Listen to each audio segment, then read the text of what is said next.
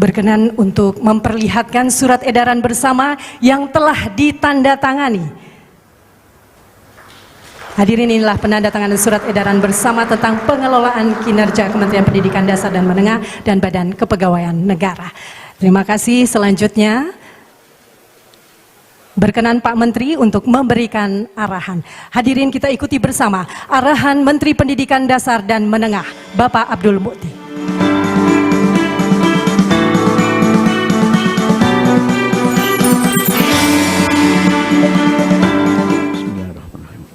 Assalamualaikum warahmatullahi wabarakatuh. Selamat siang, salam sejahtera untuk kita semua. Yang terhormat Bapak PLT Kepala Badan Kepegawaian Negara, Bapak Dr. Andes Haryomo Dwi Putranto MHum. Yang saya hormati Ibu Direktur Jenderal Guru dan Tenaga Kependidikan, Ibu Profesor Dr. Nunuk Suryani MPD. Yang kami hormati Bapak Deputi Bidang Pembinaan Penyelenggaraan Manajemen Aparatur Sipil Negara, Bapak Dr. Herman MSI. Yang kami hormati Bapak Deputi Bidang Sistem Informasi dan Digitalisasi Manajemen Aparatur Sipil Negara, Bapak Suharmen Eskom MSI. Yang kami hormati Deputi Bidang Koordinasi Peningkatan Kualitas Pendidikan dan Moderasi Beragama, Bapak Profesor Dr. Warsito SSI DA PhD. Yang kami hormati Direktur Jenderal Otonomi Daerah atau yang mewakili, dan juga Bapak Ibu para pejabat tinggi Madya dan Pratama, para pejabat eselon 1 di Kementerian Pendidikan Dasar dan Menengah, para staf khusus menteri, juga bapak-bapak dan ibu-ibu kepala dinas pendidikan provinsi dan kabupaten kota se-Indonesia, juga bapak ibu yang tergabung dalam organisasi profesi guru, dan singkatnya seluruh hadirin yang berbahagia. Pertama-tama marilah kita bersyukur atas nikmat Allah Subhanahu wa taala, Tuhan yang Maha Kuasa, karena atas rahmatnya kita sekalian dapat bersama-sama meluncurkan rilis pembaruan pengelolaan kinerja untuk guru, kepala sekolah, dan para pengawas sekolah. Izin kami menyampaikan bahwa pembaruan sistem pelaporan ini atau pengelolaan kinerja ini merupakan jawaban dan respon kami atas arahan Bapak Presiden Republik Indonesia yang menegaskan agar birokrasi itu tidak harus birokratis, agar birokrasi di pemerintahan itu lebih simpel, lebih sederhana, tetapi memiliki makna penting sebagai bagian dari pelayanan kepada publik. Ini juga merupakan bagian dari respon kami terhadap banyaknya masukan dari para guru, pengawas, dan kepala sekolah yang merasa bahwa pengelolaan e-kinerja itu dirasa ribet dan kadang-kadang juga bikin ribut. Sehingga kami berusaha berdiskusi dengan Ibu Dirjen dan jajaran di Direktorat GTK, kemudian juga pembicaraan yang tidak terlalu lama sebenarnya Pak ya, untuk kita membicarakan ini dengan BKN, dan alhamdulillah hari ini sudah bisa kita luncurkan bersama-sama. Tentu dengan pelaporan yang baru ini, kami tidak bermaksud untuk melonggarkan atau mengurangi tugas dan kewajiban para guru. Sistemnya yang kami rubah, komponennya yang coba kami susun kembali, karena pada dasarnya tugas guru itu sudah melekat di dalam undang-undang guru dan dosen. Tetapi memang ada beberapa hal yang selama ini berkembang di dalam pelaksanaan, kadang-kadang memang perlu penyempurnaan. Dalam rilis kami yang baru ini ada beberapa hal yang berubah dari komponen pelaporan. Tidak hanya sistem pelaporannya yang berubah, komponen yang dilaporkan juga ada perubahan-perubahan. Dalam sistem yang lama, guru hanya melaporkan pemenuhan jam mengajar, yaitu 24 jam, sekurang-kurangnya 24 jam dalam satu minggu. Sehingga banyak guru yang sering saya bercanda, guru yang dari lonceng ke lonceng, karena tidak bisa memenuhi 24 jam mengajar di satu sekolah, karena memang jumlah kelas yang terbatas dan jam mengajar yang juga terbatas. Sehingga karena harus mengejar dari lonceng ke lonceng itu, tugas guru yang sangat penting yaitu membimbing peserta didik, membimbing para murid itu seringkali tidak dapat terlaksana dengan sebaik-baiknya. Saya sering menyebut sebagian guru itu adalah guru yang hit and run, datang untuk mengajar, setelah itu kabur entah kemana kita tidak tahu. Nah, dengan pola kinerja yang baru ini, maka guru tentu harus menunaikan tugas utamanya yaitu mengajar. Tetapi tidak harus 24 jam mengajarnya itu. Mengajar sesuai dengan jadwal dan mata pelajaran yang ada di sekolah itu. Kemudian pemenuhan yang lainnya untuk 24 jam itu bisa berasal dari membimbing peserta didik. Ini ada di dalam Undang-Undang Guru Dosen yang tadi Bu Dirjen menyampaikan 5M itu salah satunya adalah membimbing. Sehingga sekarang ada kesan karena sibuk kesana kemari, tugas guru sebagai pembimbing itu belum terlaksana secara maksimal. Dalam pelaporan yang baru ini, guru sebagai pembimbing nanti bisa dihitung dengan jam tatap muka. Kemudian yang kedua, guru juga memiliki kewajiban untuk meningkatkan kualitas profesionalnya. Saya belum ketemu bahasa Indonesianya, yang populer kita kenal dengan continuing professional development. Sehingga proses-proses di mana guru meningkatkan kompetensi ini juga kita hitung dengan jam tatap muka. Yang itu ada ketentuan dalam 1 tahun dia harus memenuhi berapa jam untuk dia meningkatkan kualitas diri. Sehingga pelatihan-pelatihan untuk para guru nanti akan kita selenggarakan dan itu merupakan bagian dari 24 jam tatap muka itu. Karena sekarang banyak pelatihan yang abal-abal dan asal-asal dan banyak seminar-seminar yang kaleng-kaleng yang kadang-kadang tidak menjadi bagian dari peningkatan kompetensi dan kualitas guru. Sehingga dengan pelaporan yang baru ini, guru tentu kita tuntut untuk meningkatkan kualitas diri, mengikuti pelatihan-pelatihan profesional, dan itu kita hitung sebagai jam tatap muka. Kemudian yang baru lagi adalah keaktifan guru di masyarakat.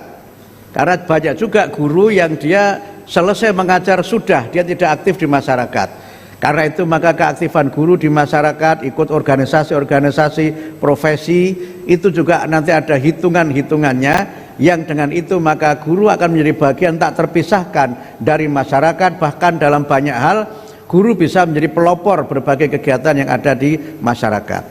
Kemudian yang baru lagi adalah keaktifan guru dalam kegiatan-kegiatan di sekolah. Misalnya ikut kepanitiaan, upacara dan sebagainya, itu juga akan kita hitung sehingga 24 jam itu tidak hanya guru mengajar, tapi juga kegiatan-kegiatan lain yang terkait dengan kompetensi dan profesi guru. Sehingga dengan demikian maka guru betul-betul menjadi guru, guru menjadi betul-betul bagian dari masyarakat, dan guru mendampingi murid-muridnya dalam berbagai macam kegiatan peningkatan bakat minat, konseling dan kegiatan-kegiatan profesional yang lainnya. Kemudian yang berbeda dari sistem ini adalah, pertama, kalau dulu pelaporan itu dibuat 1 tahun 2 kali, maka sekarang cukup 1 kali dalam 1 tahun. Yang kedua, pelaporannya tidak perlu diupload oleh masing-masing guru, tidak perlu diunggah oleh masing-masing guru, cukup nanti dibuat, diverifikasi kepala sekolah, yang mengunggah adalah kepala sekolah. Memang ketika saya sampaikan ini, beberapa kepala sekolah ada yang bertepuk tangan. Maknanya 2, pertama mungkin kepala sekolahnya gembira, yang kedua tugasnya menjadi bertambah. Tetapi kita juga tahu bahwa kepala sekolah juga tidak perlu mengajar 24 jam juga, karena posisinya sebagai kepala sekolah juga dihitung sebagai bagian dari pemenuhan 24 jam tugas guru itu.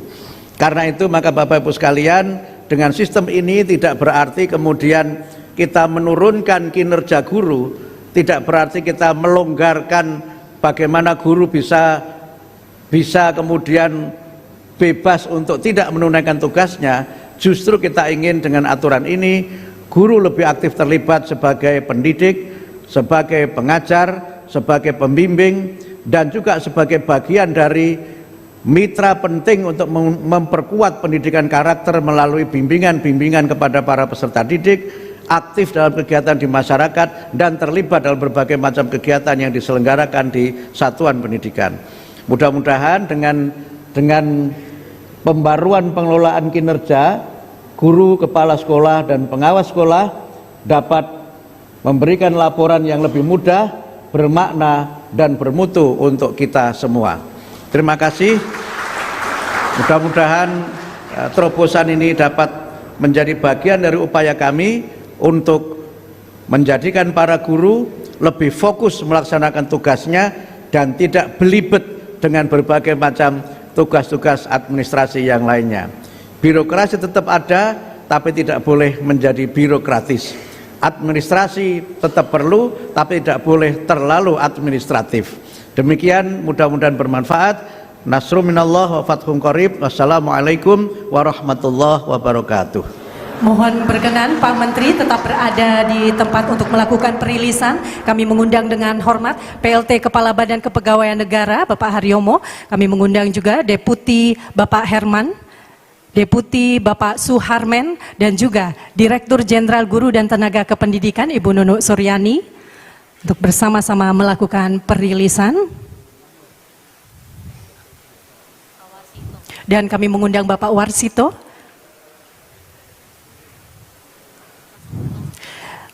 Mohon berkenan, selanjutnya dalam hitungan ketiga kami persilahkan Menteri Pendidikan Dasar dan Menengah dan PLT Kepala Badan Kepegawaian Negara untuk menekan tombol. Kita hitung mundur bersama-sama. 3, 2, 1. Pembaruan pengelolaan kinerja guru, kepala sekolah, dan pengawas sekolah tahun 2025 mudah, bermakna, dan bermutu untuk semua telah resmi dirilis. Terima kasih Pak Menteri, Ibu Bapak, kami persilakan untuk kembali ke tempat. Ya, bersama kita wujudkan pendidikan bermutu untuk semua. Ya, Ibu Bapak hadirin yang berbahagia, baru saja kita menyaksikan rilis pembaruan pengelolaan kinerja guru, kepala sekolah, dan pengawas sekolah tahun 2025. Dan tentunya dengan sistem ini akan lebih sederhana dan mudah untuk mendukung proses yang bermakna tanpa membebani para guru, kepala sekolah, dan juga pengawas sekolah. Ibu Bapak hadirin yang berbahagia, berikut marilah kita simak bersama tayangan video pembaruan pengelolaan kinerja guru, kepala sekolah, dan pengawas sekolah tahun 2025.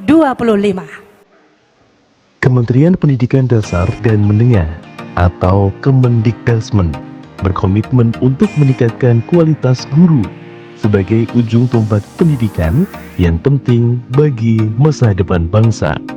Untuk mewujudkan visi pendidikan bermutu untuk semua, Kemendikdasmen menerbitkan kebijakan yang memungkinkan para guru bekerja dengan lebih optimal dan tidak terbebani tugas-tugas administrasi.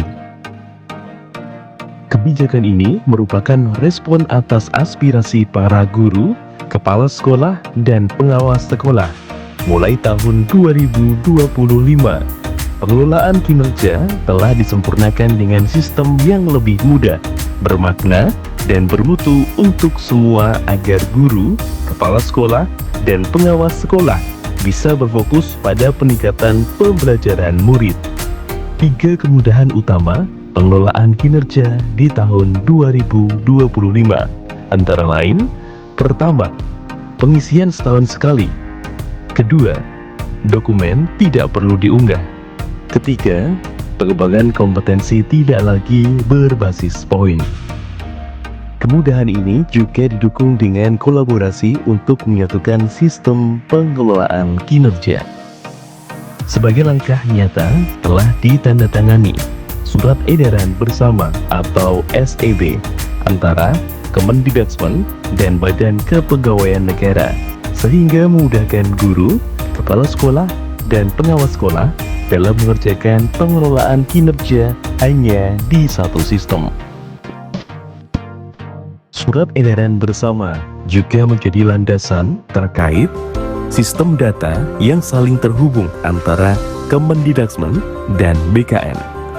Integrasi data pegawai ASN guru, kepala sekolah, dan pengawas sekolah. Mendukung visi satu data nasional. Mulai 1 Januari 2025, pengelolaan kinerja dapat diakses melalui guru.kemdikbud.go.id/pengelolaan-kinerja. Sistem baru ini mengusung prinsip kesederhanaan dan kemudahan dengan teknologi yang mendukung proses bermakna tanpa membebani guru, kepala sekolah, dan pengawas sekolah. Dengan semangat kolaborasi, mari bersama mendukung pengelolaan kinerja yang lebih mudah, bermakna, dan bermutu demi mewujudkan pendidikan bermutu untuk semua. Ya, boleh kita Pengelolaan berikan kinerja tepuk tangan. mudah, bermakna, dan bermutu untuk semua. Ya, bersama wujudkan pendidikan bermutu untuk semua. Ibu Bapak hadirin yang berbahagia, tentunya ini menjadi tekad dan komitmen kita bersama, dan hari ini kita telah bersama-sama hadir untuk rilis pembaruan pengelolaan kinerja guru, kepala sekolah, dan pengawas sekolah tahun 2025.